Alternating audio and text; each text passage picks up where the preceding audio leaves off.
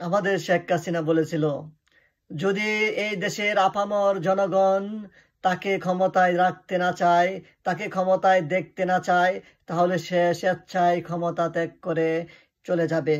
কিন্তু আজকে আমি দেখতেছি, আমরা সবাই দেখতেছি, যেখানে হাজার হাজার লক্ষ লক্ষ আপামর জনতা তাকে আর ক্ষমতায় চাচ্ছে না, তখন কেন সে ক্ষমতা ছাড়তে চাচ্ছে না? তখন কেন সে তার পুলিশ বাহিনী, তার কুত্তা বাহিনী আমাদের সাধারণ মানুষের, জনগণের উপর লীলে দিয়েছে? কেন লীলে দিয়েছে? তার আমি ধিক্কার জানাই, তার প্রতিবাদ জানাই। সবাই তার পদত্যাগ চায়, কিন্তু তখন সে পদত্যাগ না করে তার কুত্তা বাহিনীকে বাংলার মানুষের পিছনে লীলে দিয়েছে। আপনার ক্ষমতা ছাড়ার সময় চলে এসেছে। এভাবে আর কুত্তা বাহিনী দিয়ে আপনি ক্ষমতায় থাকতে পারবেন না। দেশের জনগণ আর আপনাকে চায় না। আপনার জোর করে আপনি আর ক্ষমতায় থাকবেন না। আপনি বলেছেন আপনার বাবা দেশকে স্বাধীন করেছে, তাহলে স্বাধীনতার সম্মান রেখে আপনার পদত্যাগ করা উচিত। আপনি তো অনেক দিন ক্ষমতায় ছিলেন, এখন দেশের সাধারণ জনগণ আর আপনাকে চায় না। আপনি দয়া করে পদত্যাগ করুন। এভাবে আর নৃশংস হত্যাকাণ্ড চালাবেন না। পুলিশ, র্যাব, আপনার সন্ত্রাসী বাহিনী দিয়ে আমাদের জনগণের বুকে রক্ত আর ঝরাবেন না। আপনি যদি বাংলাদেশের ভালো চান, দয়া করে আপনি ক্ষমতা ছেড়ে দেন। অনেক দিন ক্ষমতায় থেকেছেন, আর না। বাংলাদেশের জনগণ আর চায় না আপনাকে। আপনি যদি নির্লজ্জ না হয়ে থাকেন, আপনারই মুখের কথা, আপনি বলেছিলেন যদি জনগণ আপনাকে না চায়, আপনি ক্ষমতায় থাকতে চান না। আজকে আপনি নিজে দেখেছেন, জনগণের শত উল্লাস, শত উৎফুল্ল, কেউ আপনাকে চায় না ক্ষমতায় রাখতে। কেউ আপনাকে চায় না ক্ষমতা রাখতে। আপনার উচিত হবে, আমাদের দেশকে যদি ভালোবেসে থাকেন, আমাদের দেশে যদি উন্নতি চান, আমাদের দেশে যদি আর রক্ত ঝরাতে না চান, তাহলে আপনার উচিত পদত্যাগ করা। কারণ আপনি নিজ মুখ দিয়ে বলেছিলেন, যদি দেশের জনগণ আমাকে না চায়, আমি আর ক্ষমতায় থাকতে চাই না। কিন্তু আজকে আমরা দেখছি, আপনাকে ক্ষমতা থেকে পদচ্যুত করার জন্য হাজার হাজার লক্ষ লক্ষ মানুষ আজকে রাস্তায় নেমে এসেছে। আপনার উচিত সম্মানের সহিত ক্ষমতা থেকে চলে যাওয়া। এভাবে পুলিশ বাহিনী, কুত্তা বাহিনী দিয়ে আপনি আর ক্ষমতায় থাকতে পারবেন না। জনগণ আপনাকে চায় না। আমি আরেকটি সংবাদ মাধ্যমে দেখেছি যে আমাদের প্রধানমন্ত্রী বলতেছে আমাদের জাতির কাছে, আমাদের জনগণের কাছে তারা কি অপরাধ করেছে। আপনি কি অপরাধ করেছেন তা আপনি নিজে জানেন না। আপনার অপরাধের যদি লিস্ট দেখা হয়, তাহলে আমরা গুনে গুনে শেষ করতে পারবো না। আপনি বাংলাদেশকে একটি দুর্নীতিতে ভরিয়ে রেখেছেন।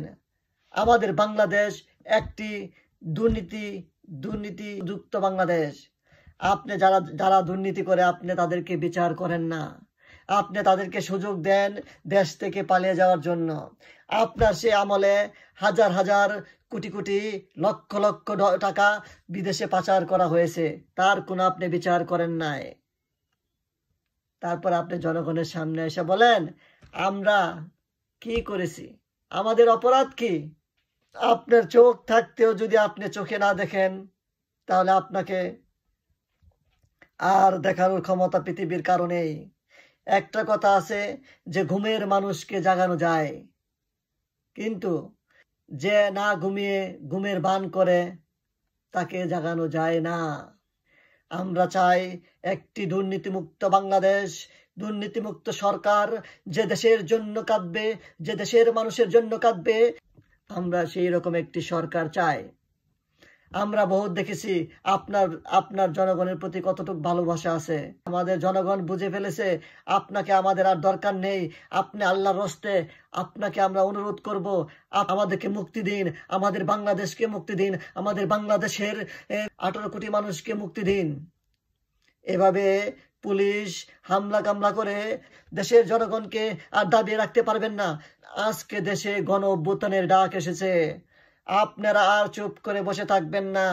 আমার ভাইয়ের যারা রক্ত জড়িয়েছে, আমার ভাইয়ের লাশের উপর দিয়ে তারা রাজনীতিতে টিকে থাকবে, আমরা এটা হতে দিব না। আমরা চাই না যে সরকার আমার শত শত মানুষকে হত্যা করেছে, শত শত মানুষকে গুম করেছে, তারা এখন আমার ভাইয়ের, আপনার ভাইয়ের, আপনার বোনের লাশের উপর দাঁড়িয়ে এদেশে রাজনীতি করবে, এদেশের মানুষকে শাসন করে যাবে। এই স্বৈরা শাসকের পতন চলে এসেছে।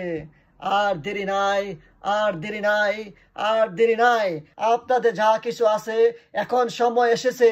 আর বেশি সময় নেই। আমরা জয়ের দ্বার প্রান্তে চলে এসেছি। আপনারা আমাদের সাথে থাকেন। আমরা জয়ের দ্বার প্রান্তে চলে এসেছি। জয় আমাদের কাছ থেকে বেশি দূরে নেই। কালকে আমাদের স্টুডেন্টদের এক কর্মসূচি ঘোষণা করা হয়েছে, যারা সবাইকে ঢাকায় আসার আমন্ত্রণ জানানো হয়েছে। সে যদি স্বেচ্ছায় ক্ষমতা না ছাড়ে, তাহলে আমরা সবাই মিলে গণভবনে অ্যাটাক করে তাকে আমরা ক্ষমতাচ্যুত করতে চাই। আপনারা কালকের সেই সমাবেশে সবাই নিঃশর্তভাবে, স্বতঃস্ফূর্তভাবে দেশকে ভালোবেসে, দেশকে রক্ষা করার জন্য, দেশের জন্য যারা অতীতে আমাদের দেশের জন্য প্রাণ দিয়েছে, তাদের রক্তের বিনিময়ে, আমার ভাইয়েরা যারা রক্ত দিয়েছে, তাদের রক্তের বিনিময়ে আপনারা এই সমাবেশ সফল করুন।